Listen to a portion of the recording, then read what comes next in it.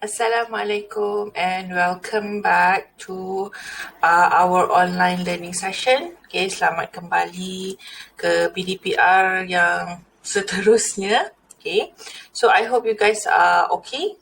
Alright, you have a good 1 week holiday.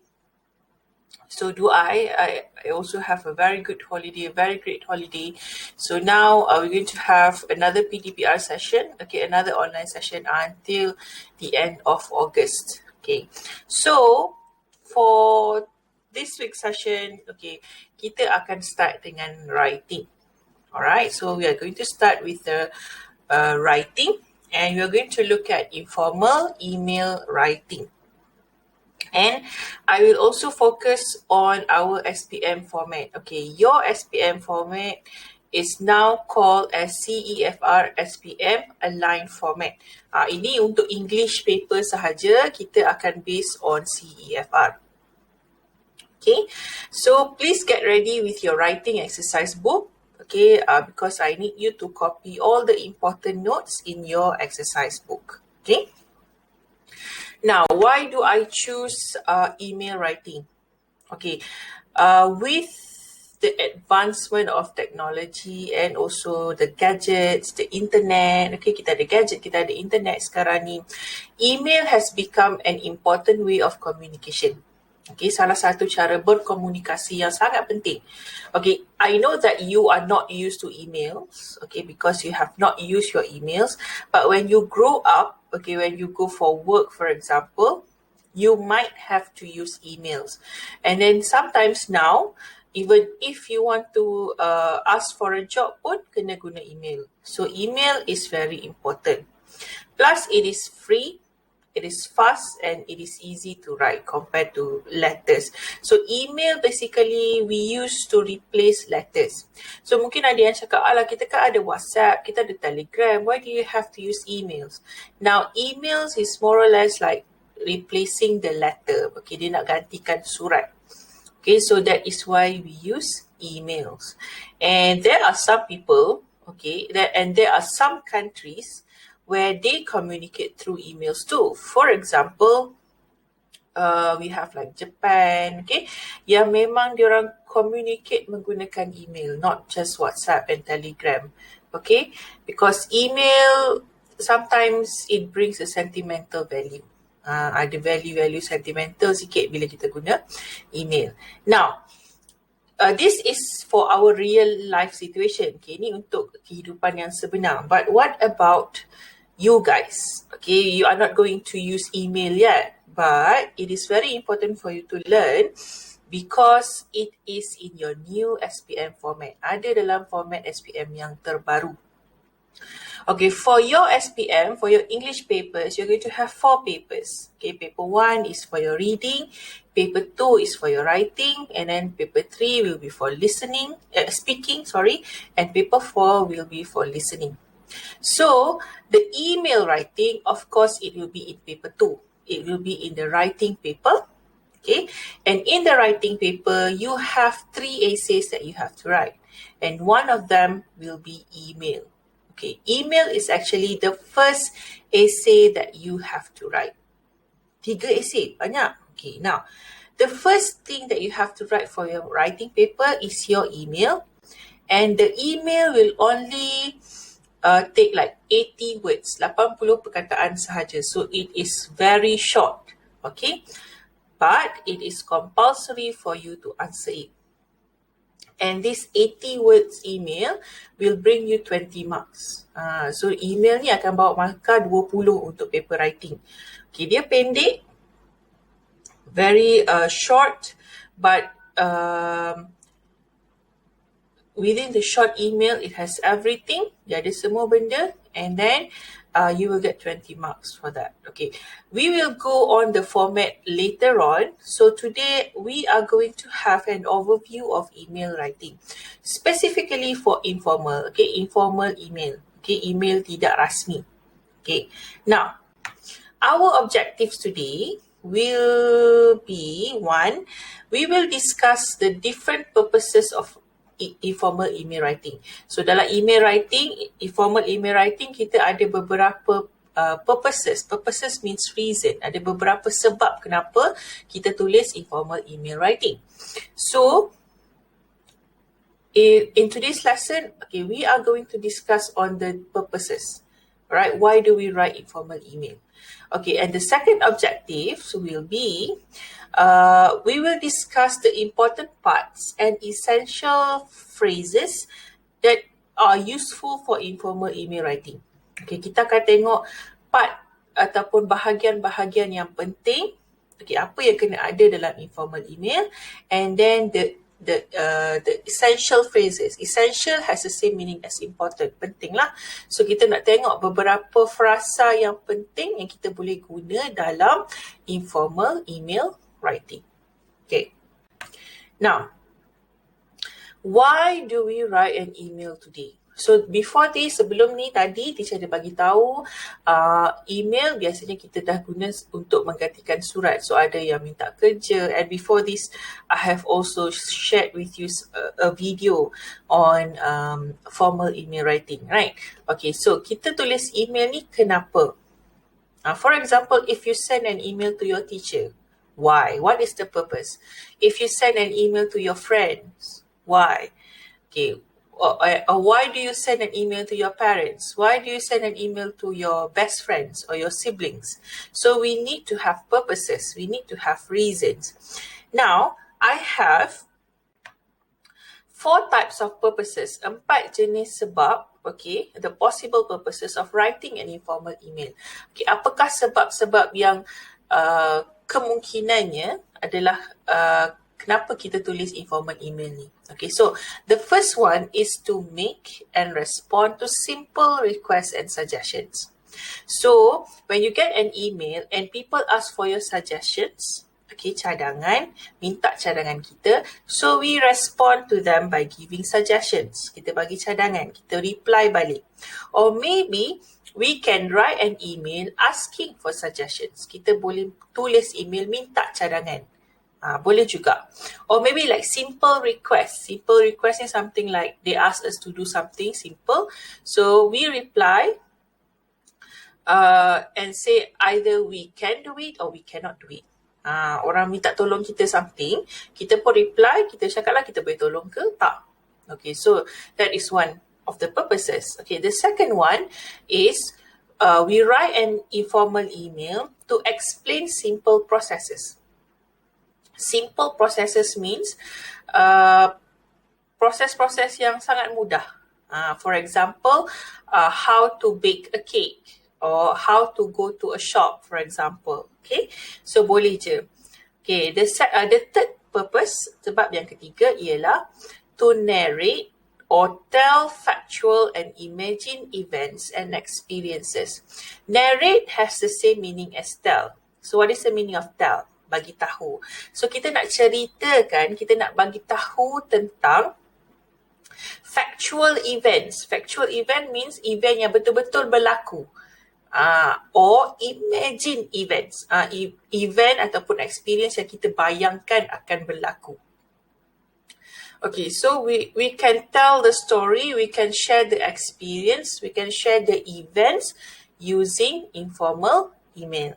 Okay, so not just making suggestions, not just giving suggestions, not just explaining simple processes, we can also use informal email to narrate and tell about the experience or events that we have gone through. Kita nak ceritakan apa yang kita dah buat, apa yang kita alami, boleh juga guna informal email. And next one will be express and respond to opinions and common feelings. So sometimes you can get an email asking for your opinion or asking for your feelings, asking about how you feel about something. So you will reply again using an email to express your opinions and also your feelings. So kita nak express, kita nak nyatakan, kita nak zahirkan pendapat kita dan juga perasaan kita tentang sesuatu. Or we can also use it to ask for opinions or to ask about people's feelings. Boleh juga. Okay, now look at the note below. These purposes depends on the emails that you get. Okay, then you decide on what will you write in your email as a reply. So now, I'm talking about the Cefr-Spm format. So for the exam purposes, untuk exam, usually they will give you one email and then you have to reply to that email. So kita akan dapat satu email and then kita akan reply. So based on that email, we have to reply lah. Kita kena tahu apa benda yang dia nak and we have to reply. So the purposes is based on the email. Okay. Now, I know that some of you might be confused because you are not used to this. Sebab you guys, if you are in Form 4, you might not have the experience for your PT3. So it will be a bit confusing, but no worries. Okay, this is only part 1. Later on in the second part or the third part, I will explain more. Okay, so now let's look at some of the examples of the emails. Okay, so this one, okay, let's look at some of the examples. Okay, the first one, okay, this is one example of a question that can come out in your exam. Okay, you will be given an email, all right, and then it is a very short email. So later on, when you read the email, you have to reply to that email in 80 words. Okay, so if you look at the email there, okay, dia ada bagi tahu. Okay, now this one is the purpose is to give opinion. Okay, macam mana kita nak tahu? Purpose tu dekat mana? Okay, you have to read the whole email. Okay, so you read the instruction first. You receive an email from your brother who is working in the city. Okay, so dapat email daripada abang kita ataupun adik kita lah.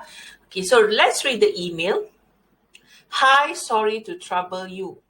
Could you check out the riverfront resort for our family holiday for this weekend? Find out the chalet charges and availability. What facilities are available at the resort? Would it be suitable for our family? Let me know as soon as possible. Thanks. So abang kita, dia minta untuk kita check satu resort ni and cuba check harga chalet tu and also available or not. And then the brother also asked about the facilities. Okay, whether they are available at the resort or not. Okay, and what facilities. And then the last question, the brother asked, would it be suitable for our family? Sesuai tak untuk keluarga kita? So this last question is actually asking for our opinion. Dia bertanya tentang pendapat kita. Is it suitable for your family to go there?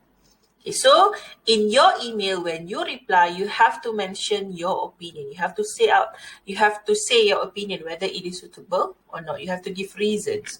Itu maksud dia to give opinion. Okay, this is the first example. Now, the second example, again, okay, you will have one short email. You have to read the email first to know what you have to write. Okay, so let's go to the email. You receive an email from your cousin who has just received her SPM results.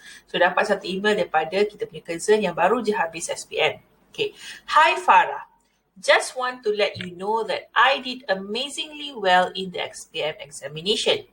I came out among the top in the school. So, dia baru habis SPM. Okay, dia adalah yang terbaik dalam sekolah tu. Thanks for all your help and advice last year. So, dia ucapkan terima kasih pada kita sebab kita banyak bagi nasihat tahun lepas. I could not have done it without you. Okay, and then this person asked a question. Your cousin asked a question. What should I do while waiting for my college application to come through? Should I register for a course or go travelling? Thanks. Okay, so dia pun tanya soalan. Okay, apa yang dia patut buat sementara tunggu nak masuk college? Patut dia masuk kursus apa-apa ke ataupun pergi travelling? So first, of course, you need to congratulate. Okay, tengok purpose ke atas tu.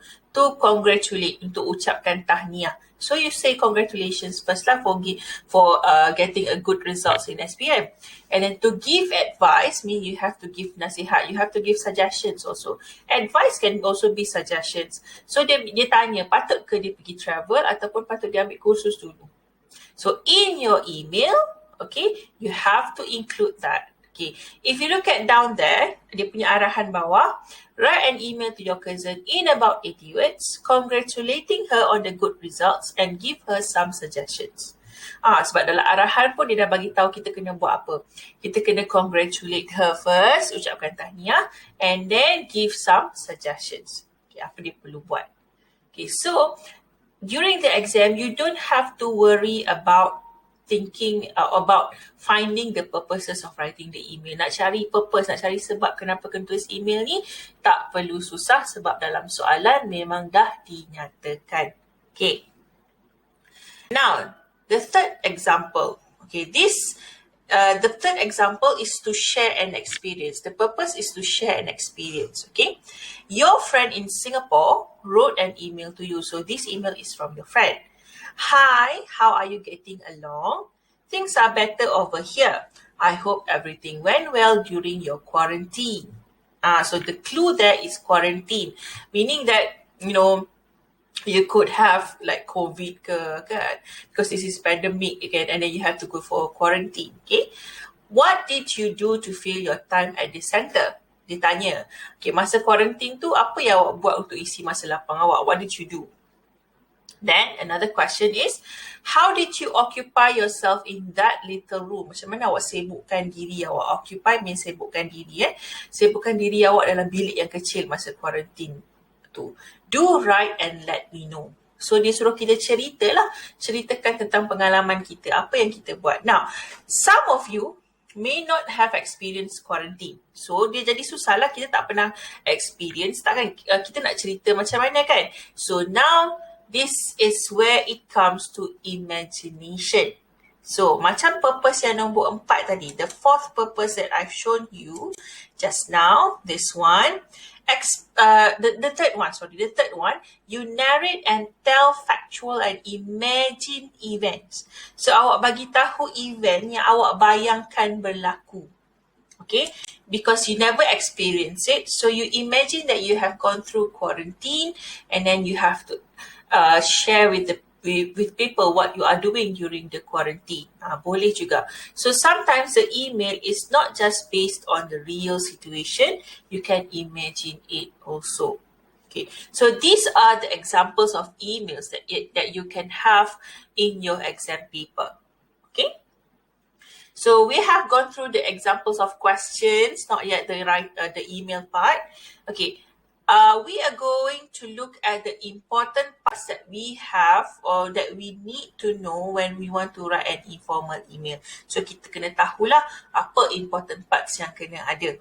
Okay, so the first one will be the greeting and the opening. Of course, this one is very important because you cannot suddenly just start your email. Tak boleh suka-suka hati start email macam tu je. You need to have a proper greeting even though this is informal. Walaupun dia informal, still we need a proper greeting. Just like when you message your friend. Takkan suddenly tiba-tiba you just for example, nak pergi ni tak? Of course you will give, like if you are Muslim, you will give Assalamualaikum. If it is your best friend, you will say hi, hoi, wei. Okay, so you need a proper greeting just to say that, hi, this is me, I'm going to ask you something, or I'm going to say something to you through email. So we have to give some greetings, okay? And when you write your greetings, when you write the opening, you can also express your feelings in there. So examples of greetings, we can have like hello, hi, dearest June, how are you? Okay, how have you been? Is everything all right? So you can ask how the person is. Boleh tanya khabar juga. Okay, now when you want to write the opening, to make it look to make it sound natural, okay, you can also include feelings. For example, do you feel happy to receive the email, or do you feel sad, or do you feel sorry because you replied late? Boleh juga include feelings kita. For example, if you're happy, you can say like, I am happy to receive your email. Okay, I have given you some examples there. So thank you for your email, or thanks for your email. I have received your email last week. I am happy to receive your email. So kita rasa seronok dapat email dia. Boleh. Kita boleh bagi tahu macam tu. Now, sometimes when your friends send the email, telling you about good news. Macam tadi dia bagi tahu dia dapat result yang bagus dalam SPM. So you have to say that you are happy for them because it is your cousin, it is your best friend. So kita kena bagi tahu kita happy untuk dia. So you can also say that congratulations on the great news, or congratulations on your good results, or it was great to hear from you. Rasa seronok lah dengar daripada awak, or rasa seronok dapat khabar daripada awak. Okay, it was great to hear from you. Or maybe you feel thankful, awak rasa macam berterima kasih, bersyukur. So you can say thank you for the news from home. Boleh juga. Okay, you can also express your sadness, rasa sedih. Maybe you get a sad news from that person, or maybe you feel sad, or maybe you feel sorry because you cannot reply as soon as possible. Boleh juga. Tak boleh reply cepat, so kita rasa sedih, kita rasa nak minta maaf, so we can say that in the opening also. The examples are there. I am so sorry to hear the sad news. Saya rasa sedih. Okay, saya bersimpati. Or I am so sorry for the late reply. Saya minta maaf sebab saya lambat reply email awak. Boleh juga. So you can include the greetings and also the feelings in the opening. Okay. Next one. Okay, the second important part is the purpose. Now, we have gone through the purposes. Okay, kita dah ada purposes tadi. There are 4 purposes just now. So, after the opening, you can straight away mention your purpose. The purpose of writing. Okay, the purpose of the email writing. So it can be a bit a semi-formal kind. For example, like the examples that I give you here, I want to inform you that saya nak bagi tahu tentang apa. Or maybe I would like to suggest, I would like to share my experience. Boleh juga. Number 3, let me tell you about my experience. Let me tell you about my results. Or maybe I would like to express my happiness. I would like to express my sadness. Boleh. Or maybe if you don't want to write it this way, you can straight away write the purpose together with the main points. Boleh terus masuk. Kalau tak nak tulis macam ni lah, you can straight away go to the main points. But make sure that the reader is informed. Okay. So basically these are the examples on how you are going to write the purpose of the email. Okay. So the second one is purpose. Okay. The third one will be the main points. Now, untuk main points, for email part in your SPM, in your exam, okay, you will not be given obvious guidance. Obvious guidance ni maksudnya guidance yang terang-terang ada untuk awak macam bullet points ke, no. Okay, everything will be in the email. So you need to read the email carefully, okay, to get the main points on what you have to write. So please refer to the email that you receive. So if you are in your exam, you refer to the email in the question.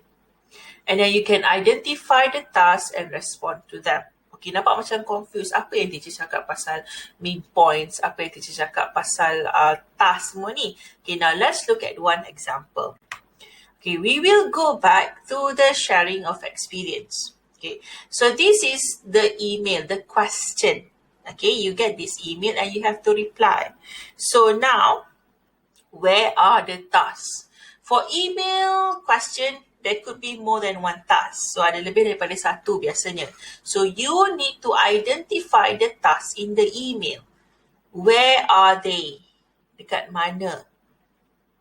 Okay, so now, this is the tasks, or these are the tasks. Okay, so you can see that the questions there. So the first one, how are you getting along? So the person is asking about you. What about you? Do you feel okay? So you can reply to that. Okay, I am feeling better now. Okay, I am feeling okay. And then the second task, or the second main point that you have to answer is, okay, what did you do to fill your time at the center during the quarantine? So you need to tell this person about the activities that you do. And then the next one is, how did you occupy yourself in that little room? Macam mana awak sibukkan diri awak, okay, dalam bilik yang kecil tu. So you have to tell this person also. So these 3 are the main tasks for this email. And to get good marks for your email writing, one of the criteria is to get 5 marks for the content. Content boleh dapat markah penuh. You can get full marks for content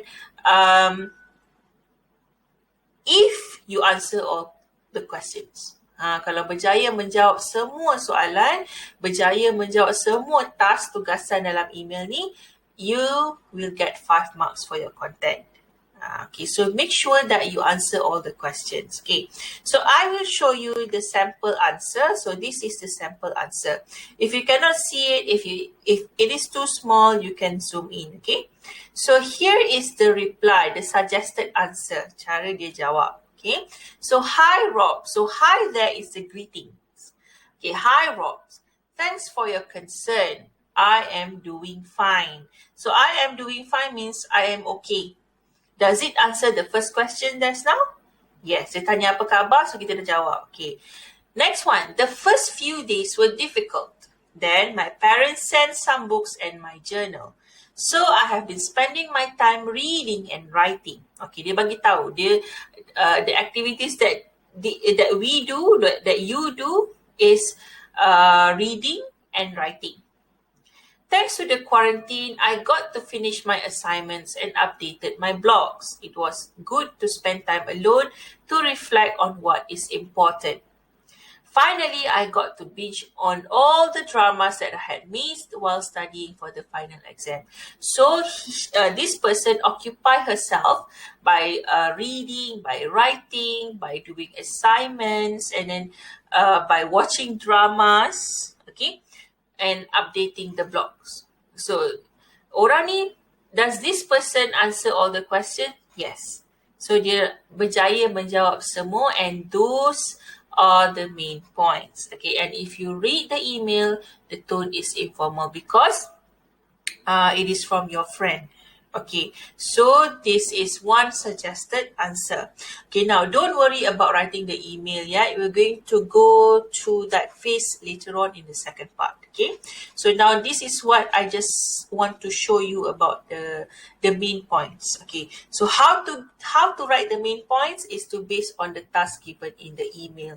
So you need to identify the task first, then only you can plan and write the main points. Okay, so make sure you identify the task first. Okay, so that is about the main points. Okay, now after you have finished writing the main points, after you have finished writing all the important events and everything, you want to stop writing. Okay, you want to stop, you want to end your email, kita dah nak habis tulis. Of course, we need an ending. The reason why we need an ending is, even though this email is informal, we still need a proper ending. Okay, walaupun benda ni informal, ending mestilah proper. So, takkanlah suddenly you write something and then suddenly you just say bye. So, it will sound like something is missing there. There's tergantung, it's hanging. So, you need a proper ending to say, to mention, or to inform the reader that that is the end of your email. Kita nak bagi tahu itulah akhirnya, itulah penyudah email kita. So kita kena bagi tahu even in one sentence, right? And during the ending, you can also include your hopes. Boleh masukkan harapan kita. So now I have given you some of the examples here. So the simplest one is that's all for now. Okay, that's all for now. Okay, cukuplah sampai dekat sini. Or you can say, I need to stop writing. Or you can say, I have to pen off now. So pen off means stop writing. Okay, and you can also say, or you can also mention your hopes. For example, I hope to hear from you soon. Or maybe I am looking forward for your reply. Okay, kita tak sabar nak dengar ataupun nak dapat reply daripada dia. Or maybe you can say, I hope to see or meet you soon. Saya harap dapat jumpa awak nanti. Boleh juga. And you can also say, send my regards to your parents ke, send my regards to your friends, send my regards to your siblings and family, boleh juga. So you can always use these phrases for the ending. Okay. Do you need to write long ending? No, you don't have to write long ending. Just make sure that your reader is informed that that is the end of the email. Pastikan kita punya reader tahu je, okay, itu adalah ending kita. Boleh je. So you can write it in one sentence or two sentences only. Okay, so that is the ending part. Now, after the ending, of course, you need to have a signing off. Okay, signing off ni biasanya kalau kita tulis surat sebelum kita sign tu. Kalau dalam bahasa Melayu, adalah ada tulis yang ikhlas, for example. So in English, we also have that and we call that as signing off. So for email, of course, you cannot sign. So before you write your name, basically you just write your name, okay? For example, like this one. Okay, at the end of the email, okay, the writer write the name, Julie. So you can just write like this, boleh, but to make it sound better, to make it sound friendlier, okay, you can also use the signing off. For example, like best wishes, sincerely, take care, or if it's your friend, you can say your lovely friend, or if you love that person so much, you can say love, thank you, warm wishes. If you want to see that person soon, you can say see you soon. Or if the person is your best friend, you can write your best friend. And then after the signing off, you can immediately put your name. Okay, so these are the important parts that we need to have in our informal email writing. Okay, so the first one just now, we have the greeting and the opening. Okay, we have the greeting and the opening. Okay, the second one, we have the purpose of writing the email. The third one will be the main points or the body of the email. Okay, this one is where you write all your important points. Okay, and after that, you have to write the ending, a proper ending. And lastly, you're signing off and then you write your name. So these are the 5 important parts of informal email writing. Okay, so now I think I will stop here. Okay, we have reached and we have achieved all the objectives for today. We have looked at the important parts. We have also looked at the important phrases of informal email writing, and we have looked at the purposes of informal email writing. So we have achieved all. So let's do a class recap. Okay, now writing email is important today. It's a real life communication, and of course it is important for you guys because it is in our SPM writing paper. So it is very important for you to know how to write an email. Next one, the purposes of writing an email can be different. Okay, sebab kenapa kita tulis email tu boleh jadi berbeza based on the task. If it is for your SPM, it is depend on the task. Okay, bergantung pada task yang awak kena buat.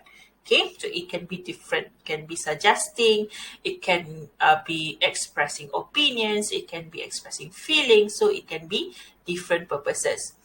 Next one, there are 5 important parts of the email. So what are the important parts just now? Okay, we have the greetings and the opening, we have the purpose, we have the main points, and then we have the ending and also the signing off. Okay, and we also looked at the useful phrases that can be used to help you write better. So I have given you some examples. So later on, don't forget to write in your writing exercise book, okay? So I think that's all for today. All right, that's all for today. So thank you so much. Thank you for listening. Thank you for watching. I will see you in the next session for the writing part, okay? So thank you everybody. Assalamualaikum.